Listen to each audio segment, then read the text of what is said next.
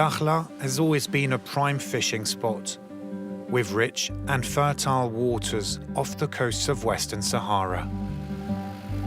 As small boats return from a morning in the Atlantic Ocean, Younes is preparing to sail out later. He was born in Dakhla and has been fishing in these waters since childhood.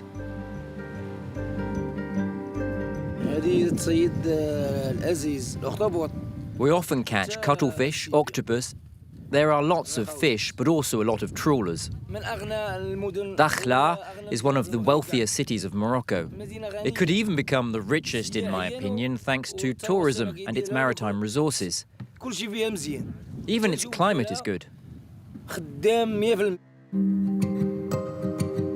In November, celebrations in Dakhla will mark the 50th anniversary of the Green March, a key event in the history of Morocco.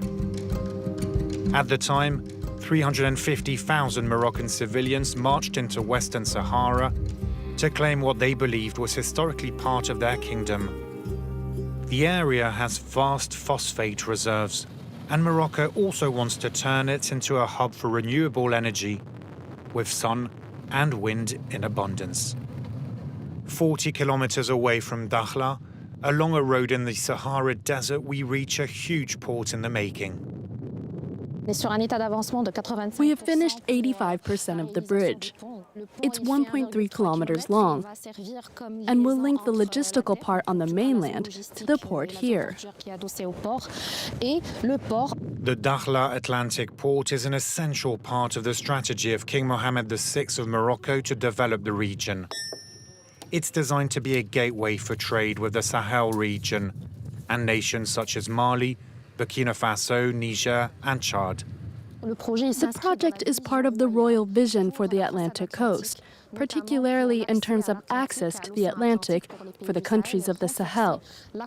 It will strengthen maritime connectivity between Morocco and the American continent, between Latin America and Africa as a whole. The deep water port should open in 2029 and handle up to 35 million tons of goods a year. Morocco has a clear idea of the type of trade it will boost. It will help all trade related to renewable energies, notably heavy cargo ships, wind farms, and also the export of hydrogen in the form of ammonia. There's another terminal for the mining industry, and of course another for the fishing industry. Morocco spent €1 billion on the mega project, with additional foreign investment to come, notably from the United Arab Emirates. 1,800 people work on the project. 20% are from the Dakhla region. Some live on this site where a football pitch was built for workers to pass the time. This construction site is organized like a small town, with markets, mosques, restaurants. It absorbs a significant share of local unemployment and stimulates the economy, creating a positive dynamic for the inhabitants.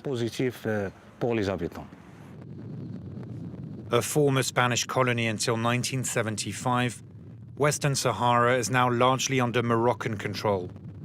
But it's a disputed territory and listed by the United Nations as non-self-governing. For half a century, Morocco has been fighting the Polisario Front, an armed group seeking independence and supported by Algeria.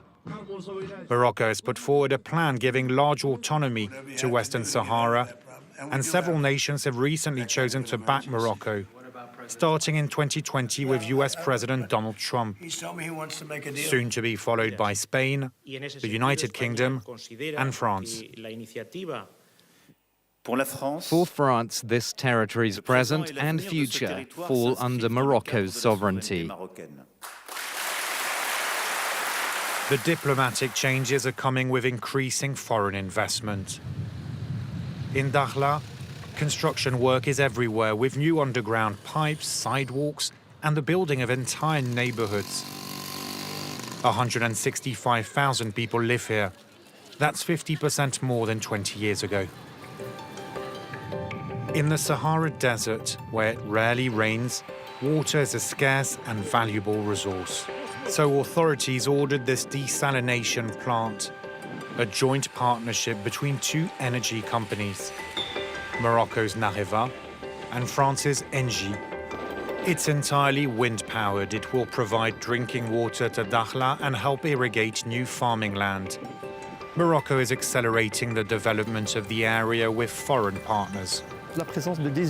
We currently have 18 consulates in the Dakhla region, 12 in the Laayoune region. The strength of the region is to be able to rely on these consulates for business.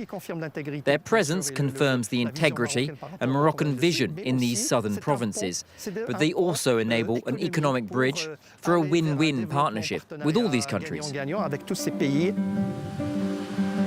Dubbed by some the Pearl of the Sahara, Dakhla is rapidly changing and modernizing.